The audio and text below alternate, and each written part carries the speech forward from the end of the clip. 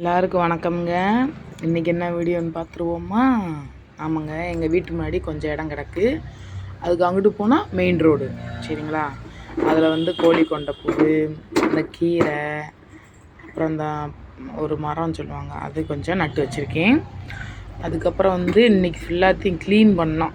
யார் க்ளீன் பண்ணுவான்னு பார்த்தீங்களா? வேறு யாருங்க, எங்கள் அம்மாதே. அவங்க தான் வந்திருந்தாங்க இன்றைக்கி.